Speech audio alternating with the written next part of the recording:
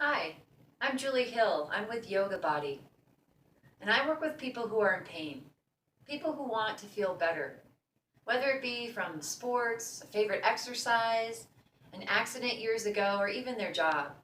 I help people eliminate pain and tension and find pure movement, moving more functionally and allowing themselves to be more efficient and move with ease. Today I'm bringing you a clip that's geared for walkers, hikers, and runners. We'll be looking at the front line of the body and into our hip flexors. So, for most of us, we spend a fair amount of our day seated, which can bring tightness and strain over time, even shortening our hip flexors. And when we walk, hike, or run, we'll be moving through our leg. So in order for that to happen, the leg moves forward, but it also extends back. With tightness through our hip flexors, it can cause the pelvis to turn, slanting forward. It can bring pain into the lower back, to our knee. It can even cause injury. So we'll be looking at two poses today that can help loosen up or lengthen the hip flexors. First, we're going to come into a lunge. Coming from hands and knees position, put one foot forward, ensuring that the ankle falls below the knee. And then lift up and notice that the pelvis is in a nice neutral position here. Keeping this even plane in front, just allow the hips to slide forward, stretching out through the hip flexor area or the front part of this leg. Notice if it feels intense, and if it does, back off slowly, connect into your breath again, find ease in your shoulders, keep the back nice and neutral, and then slowly come forward. Just looking for a good release rather than a big dump down into the leg. Take a deep breath in, and then continue to breathe here for 4 or 5 breaths. When you've finished, go ahead and release, return your hands down, step that foot back. Coming to the other side, stepping the foot forward, again checking ankle under knee and then lifting up.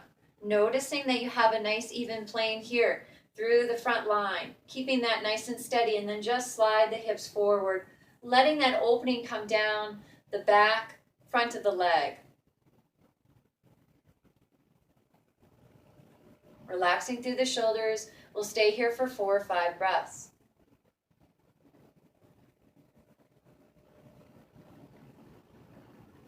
You'll also want to note that my foot behind, the ankle is even with the knee, and the knee is even with the hip, keeping this in a nice neutral plane. When you've finished your breathing, go ahead and come back, and then lower the hands down to the mat, stepping that foot back. For the next pose, we'll go ahead and come into bridge posture. Moving on to our backs from here. Feet will be hip-width distance apart. Lowering down onto your back, and then arms come alongside the body. Taking a breath here, exhaling everything out. Keeping the knees in line with the hips. Slowly lift the hips up towards the ceiling. You can start to feel the opening coming through the front line of the hips there. You can choose to keep the hands right where they are on the sides of the body, or you can bring them together underneath, but continue to lift the hips high. Staying here for 4 or 5 breaths, release the hands, and then try lowering the back down all together as one unit, spine coming down to the mat. Take a breath here, and then slowly support yourself as you come up.